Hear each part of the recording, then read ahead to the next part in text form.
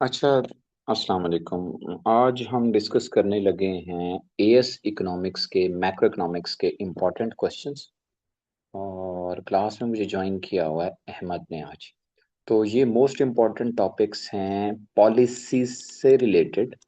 और इसमें हम ये डिस्कस करने लगे हैं अहमद के पॉलिसीज जो होती हैं वो कैसे कंट्रोल करती हैं different macro economic objectives. Papers जो हैं ये सारे मई जून 2025 और अक्टूबर नवंबर 2025 के हैं, और उन्हीं के इंपॉर्टेंट क्वेश्चन हमने एक्सट्रैक्ट किए हैं। ये 6 या 7 क्वेश्चन हैं टोटल। ठीक है। अच्छा, हमारे पास मैक्रो इकोनॉमिक प्रॉब्लम्स कौन से होते हैं? जैसे अनएम्प्लॉयमेंट है, इन्फ्लेशन है, बैलेंस ऑफ पेमेंट में डेफिसिट है, उसे रिड्यूस करना, इन्फ्लेशन को रिड्यूस करना, अनएम्प्लॉयमेंट को रिड्यूस करना, बैलेंस ऑफ पेमेंट को इम्प्रूव करना या डेफिसिट को रिड्यूस करना, इकोनॉमिक ग्रोथ को अचीव करना। ये मेजर हमारे जो इश्यूज हैं, तो ये 4 हैं। और हमारे पास पॉलिसीज 3 हैं। कौन कौन सी हैं अहमद? फिस्कल पॉलिसी है, मॉनेटरी पॉलिसी है और सप्लाई साइड पॉलिसी है। फिस्कल पॉलिसी के टूल्स कौन से हैं? गवर्नमेंट स्पेंडिंग है, टैक्सेशन। मॉनेटरी पॉलिसी के टूल्स हैं interest rate, money supply and exchange rate. Okay, good. और सप्लाई साइड में होता है education and training, infrastructure development, corporate tax कम करना, सब्सिडी टू प्रोड्यूसर, अच्छा, deregulation, privatisation, infrastructure development बता दिया है, technological improvement. All these are supply side measures. Okay. So हम, क्योंकि ये क्वेश्चंस रिवाइज करने लगे हैं, इससे पहले हमारे पास बेसिक इन्फॉर्मेशन होना जरूरी है, तो इसलिए मैं आपको पहले बता रहा हूँ ताकि हमारे पास बेसिक इन्फॉर्मेशन आ जाए। अब ये बताएं कि व्हाट इज दिस, ये वर्ड में हम दोनों सुनते रहते हैं, स्टूडेंट्स भी इकोनॉमिक्स के। Ex oops sorry expansionary policy कौन सी होती है? एक्सपेंशनरी फिस्कल पॉलिसी क्या होगी? और फिर हम पढ़ेंगे रिवर्स में, कॉन्ट्रैक्शनरी फिस्कल पॉलिसी क्या होगी? नेशनल फिस्कल पॉलिसी में हम टैक्सेस कम करते हैं इसमें हम टैक्सेस को और कम गवर्नमेंट करते हैं, हम स्पेंडिंग गवर्नमेंट बढ़ाते स्पेंडिंग हैं। इंक्रीज करते हैं, और हमारा जो ऑब्जेक्टिव होता है ना, वो अहमद होता है डियर एडी को स्टूडेंट्स, वो बढ़ाना। एडी को इंक्रीज करना। Very good. और कॉन्ट्रैक्शनरी फिस्कल पॉलिसी में हम टैक्सेस को इंक्रीज करते हैं, गवर्नमेंट स्पेंडिंग डिक्रीज करते हैं, और यहाँ पर हम एडी को क्या करते हैं? कम। ये पॉलिसी हम क्यों अडॉप्ट करते हैं, ये क्यों करते हैं, ये क्वेश्चंस में हमारे आंसर हो जाएंगे। सेम अब हम चलते हैं कि एक्सपेंशनरी मॉनेटरी पॉलिसी क्या होती है, और एक्सपेंशनरी सॉरी कॉन्ट्रैक्शनरी कर लेते हैं। चलिए इसको डिलीट कर लेते हैं। Where is the, yeah, it is okay. So contractionary contractionary monetary policy क्या होगी? अच्छा, तो कॉन्ट्रैक्शनरी मॉनेटरी पॉलिसी होगी आपके पास ऐसी पॉलिसी जिसमें एग्रीगेट डिमांड को कम करना है, यहाँ एग्रीगेट डिमांड को इंक्रीज करना है एक्सपेंशनरी में। तो अब हम क्या करेंगे? मॉनेटरी पॉलिसी के टूल्स क्या क्या हैं? कम कर देंगे मनी सप्लाई और एक्सचेंज रेट को, कम कर देंगे। Very good. रिवर्स केस में ये हो जाएगा। Got it. अब ये हमारे पास थी बेसिक नॉलेज, और अब हम जा रहे हैं क्वेश्चंस को अटेम्प्ट करने या डिस्कस करने। हम मार्क स्कीम नहीं देख रहे, हम माइंड मैप बना रहे हैं। उसके बाद मार्क स्कीम भी देख लेंगे, कोई एक दो क्वेश्चंस की। क्वेश्चंस को देखते हैं जरा के मोर और लेस एक जैसे क्वेश्चंस आ रहे हैं। प्रॉब्लम्स देखते जाएं। मैंने अभी आपको बताए थे इन्फ्लेशन, बैलेंस ऑफ पेमेंट में डेफिसिट, अच्छा फिर बैलेंस ऑफ पेमेंट, फिर मैक्रो इकोनॉमिक ऑब्जेक्टिव सारे दे दिए। ओ, लो अनएम्प्लॉयमेंट हो गया, and how fiscal policy is effective for economy, वही सारे मैक्रो इकोनॉमिक ऑब्जेक्टिव्स आ जाएंगे। और इसके बाद देखते हैं क्वेश्चन नंबर 6 के अंदर कौन सा टॉपिक दिया हुआ है? Inflation. Got it. So mostly जो इश्यूज हैं, inflation, unemployment and balance of payment, तो स्ट्रेट अवे नजर आ गया। और ये पेपर भी मैं बता रहा हूँ आपको कि ये सिर्फ लेटेस्ट पेपर है।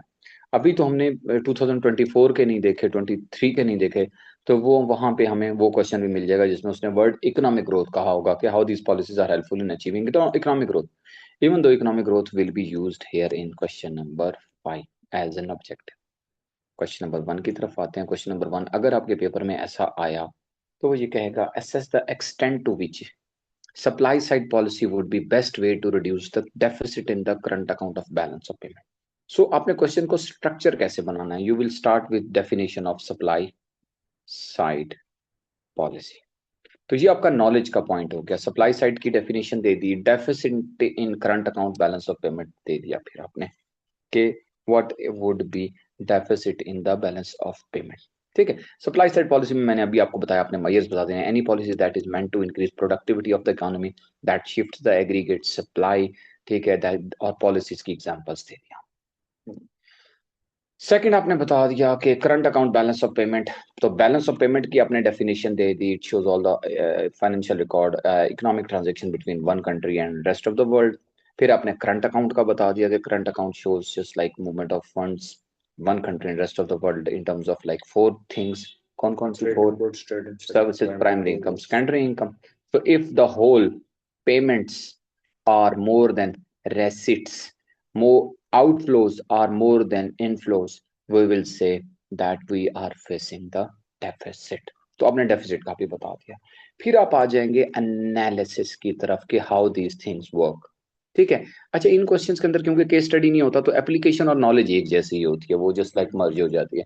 तो आपका इंपॉर्टेंट फिर एनालिसिस होता है और इवैल्यूएशन होता है। अब एनालिसिस में आप क्या लिखेंगे? how SSP, supply side policy, is linked to balance of payment deficit।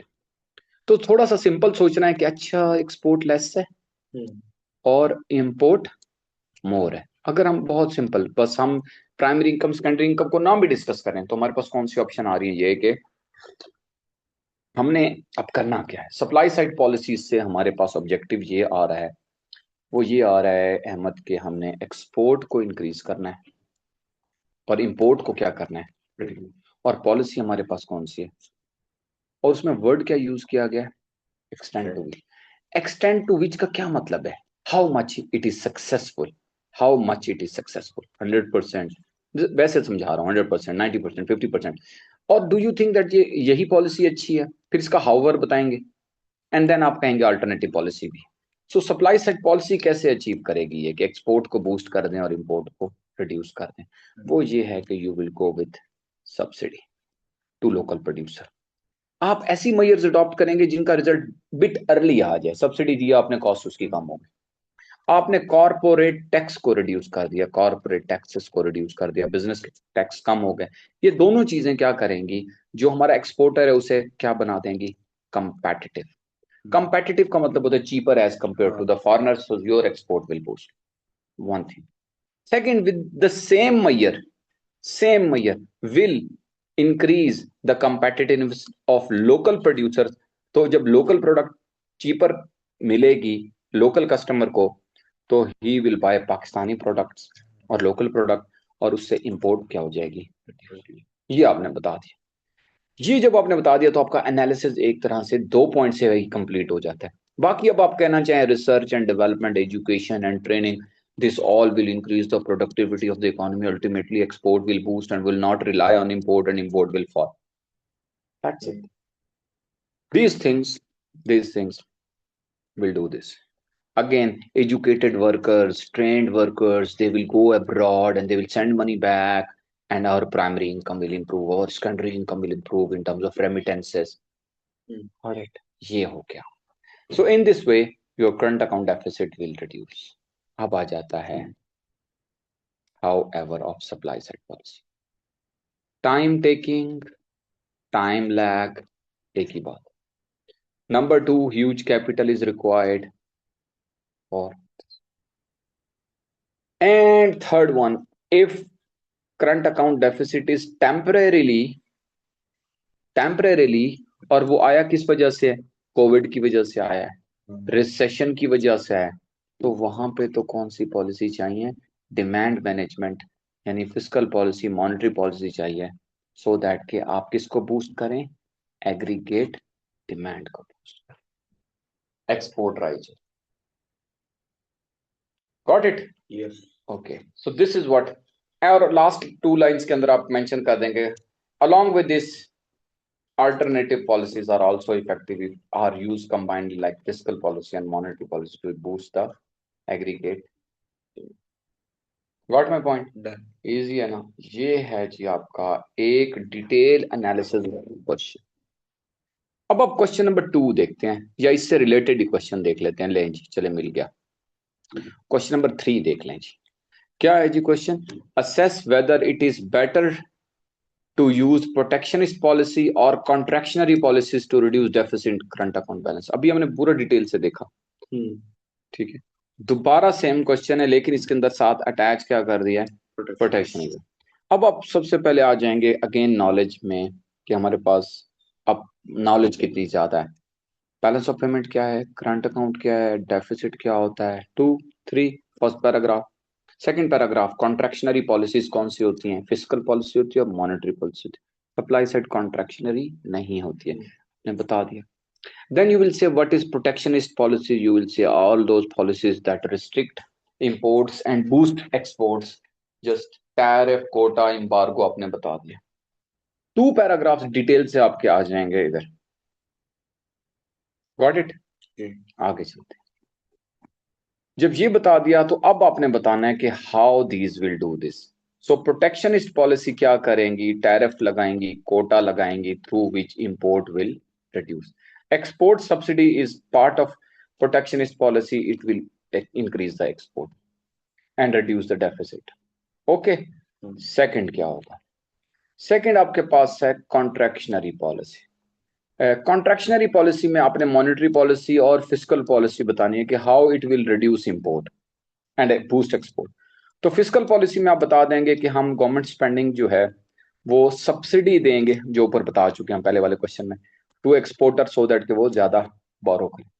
और टैक्सेस को जो है ना रिड्यूस करेंगे। टैक्सेस भी कौन से, कॉर्पोरेट टैक्स, टैक्स रिड्यूस करेंगे ऑन प्रोड्यूसर सो दैट कि वो कंपेटिटिव हो जाए, लोकल चीजें ज्यादा सेल हों और एक्सपोर्ट भी बूस्ट। जी हमने कर लिया, गॉट इट। अब आ जाए दोनों, इसी तरह से मॉनेटरी का भी आपने डिस्कस कर लिया और दोनों को फिर कंपेयर कर लेंगे कि अब ये कुछ बच्चे कहेंगे protectionist measures are okay and कुछ बच्चे कहेंगे कि fiscal policy and monetary are okay. Fiscal monetary policy का टाइम लैग होता है, टाइम लैग मतलब इसके आउटकम आने में टाइम लगेगा।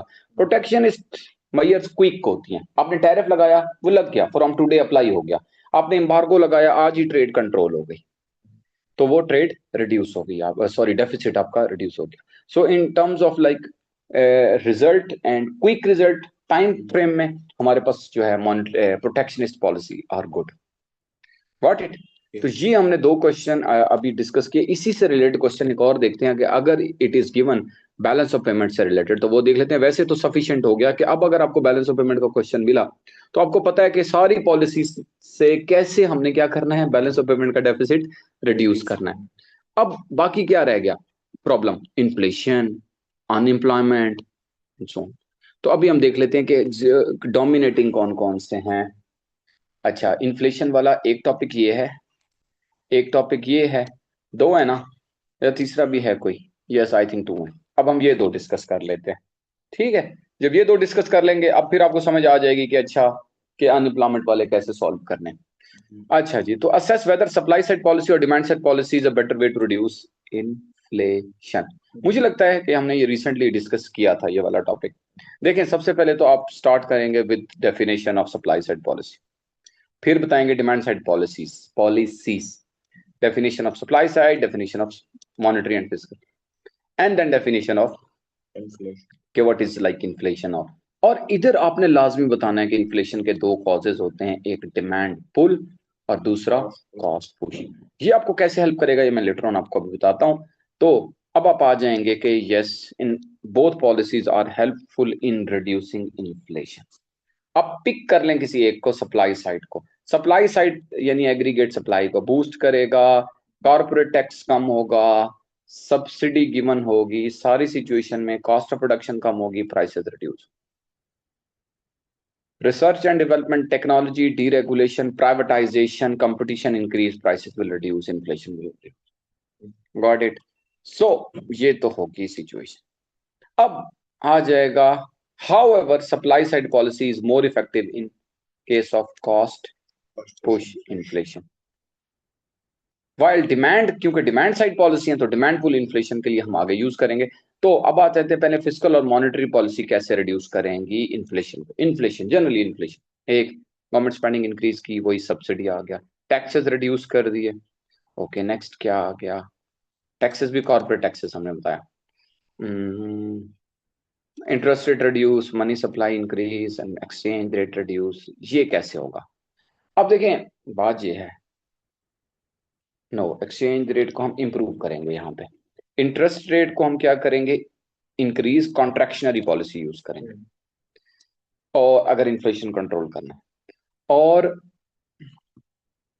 एक्सचेंज रेट को एप्रिशिएट करेंगे ताकि इंपोर्टेड रॉ मटेरियल चीपर आए। हाँ, ये सिचुएशन करेंगे तो इन्फ्लेशन अगेन यहाँ पे कौन सा कंट्रोल होगा, कॉस्ट पुश।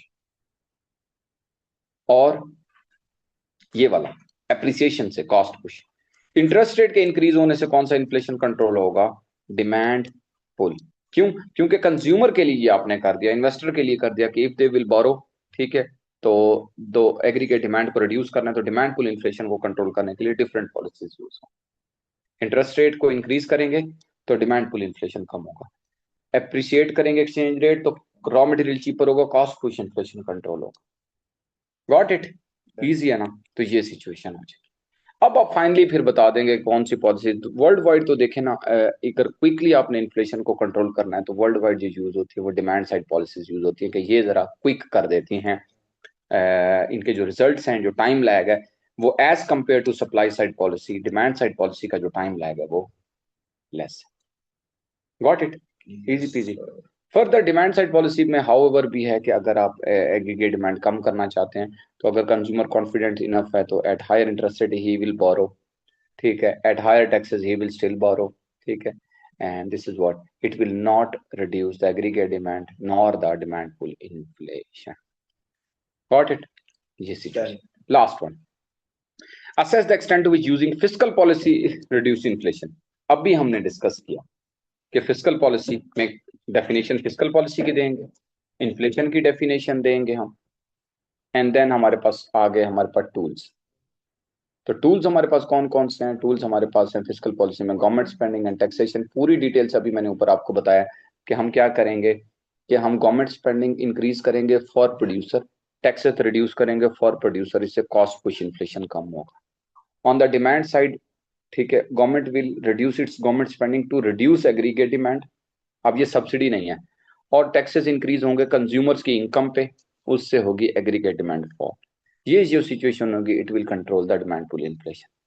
हाउएवर पॉइंट्स के अंदर आ जाएगी, एक टॉपिक है आपके हर पॉलिसीज के चैप्टर के एंड पे गिवन है एक paragraph, effectiveness of policies, fiscal policy, monetary policy. तो यहाँ पे जब भी वो पॉलिसी का क्वेश्चन देगा तो आपका इफेक्टिवनेस का पैराग्राफ आएगा, और एक उसके अंदर क्या होगा, टाइम लैग आ जाएगा, कंज्यूमर कॉन्फिडेंस आ जाएगा, ठीक है, और ये सिचुएशन है। फर्दर आप कह दोगे कि अच्छा ये जो पॉलिसी है fiscal policy it will have a time lag, और फर्दर आप कह सकते हैं कि देयर आर अल्टरनेटिव पॉलिसीज जैसे supply side policy and monetary policy to control the inflation. This is all about these issues. Same format के ऊपर unemployment में काम हो जाएगा, वो मैं नेक्स्ट वीडियो में आपको बताऊंगा कि जिसमें how these policies are helpful in controlling unemployment and increasing the economic growth. Thank you very much.